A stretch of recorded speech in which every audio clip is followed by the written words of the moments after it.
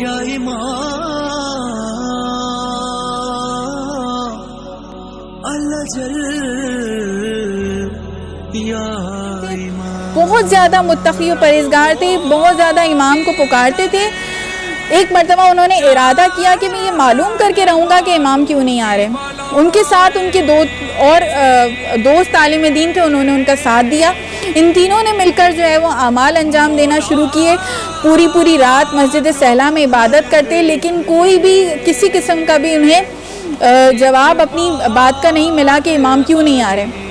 یہاں تک کہ آخری میں ایک جو عالم دین سب سے زیادہ متقی و پرہیزگار تھے، انہوں نے جب اعمال کیے تو صبح کے وقت بالکل نماز تہجد اور نماز فجر سے پہلے کا تھوڑے سے پہلے کا وقت، اس وقت مکاشفہ ہوا. مکاشفہ کیا ہوتا ہے؟ مکاشفہ ایسا اس عالم کو کہا جاتا ہے جب انسان نہ نیند میں ہوتا ہے نہ جاگنے کی حالت میں ہوتا ہے. اس کے درمیان میں کوئی چیز اسے کوئی پیغام اسے دیا جاتا ہے. ابھی عالم دین کیا دیکھتے ہیں کہ میں کشتی میں سفر کر رہا ہوں، یہاں تک کہ میں ایک ایسی جگہ پر جا کر وہ کشتی رکتی ہے کہ جہاں پر بہت سارے لوگ استقبال کے لیے کھڑے ہیں، اور اس انداز سے استقبال کے لیے کھڑے ہیں کہ مجھ پر پھول نچھاور کیے جا رہے ہیں. میں حیران و پریشان ہوں. جب وہ جا کر سوال کرتے ہیں کہ آخر اتنے زیادہ پھول نچھاور کرنے کا مقصد کیا ہے، کہا کہ ہماری ایک چھوٹی سی بستی ہے، اس کا دستور ہے کہ جب ہمارے بادشاہ کا انتقال ہوتا ہے دوسرے دن ہماری بستی میں جو شخص سب سے پہلے داخل ہوتا ہے ہم اسے اپنا بادشاہ بنا دیتے ہیں، اور اپنی جو شہزادی ہے اس کی شادی اس کے ساتھ کر دیتے ہیں. آپ کو مبارک ہو، آپ اب ہماری بستی کے بادشاہ بھی ہیں، اور کل آپ کا نکاح ہے ہماری شہزادی سے. اب یہ جو شخص آنے والا جو عالم دین تھے وہ کہتے ہیں کہ میرا تو خوشی کا کوئی حساب نہ رہا کہ اتنا زیادہ مجھے سب کچھ بیٹھے بٹھائے پروردگار عالم نے اتنا عطا کر دیا. میں جو ہے وہ مجھے بادشاہ بنا دیا جاتا ہے، نکاح کر دیا جاتا ہے، اور اب میں اپنی دلہن کے قریب جانا چاہتا ہوں.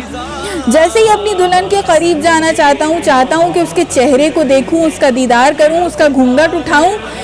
یہاں اس کے گھونگھٹ پر ہاتھ رکھتا ہوں، وہاں پہ دروازے پر دستک ہوتی ہے. جا کر سوال کرتا ہوں تو آنے والا کہتا ہے کہ جس امام کا انتظار کر رہے تھے وہ ظہور کر چکے ہیں اور آپ کو بلا رہے ہیں. اب میں ایک مرتبہ حیرانی کے عالم میں، پریشانی کے عالم میں کہتا ہوں کہ اچھا میں کچھ دیر میں آ رہا ہوں. کچھ دیر کے بعد آنے والا پھر آتا ہے اور دستک کرتا ہے. اسی لمحے آتا ہے جب میں نے گھونگھٹ اٹھایا ہوتا ہے اور ابھی دیکھا بھی نہیں ہوتا اپنی دلہن کو.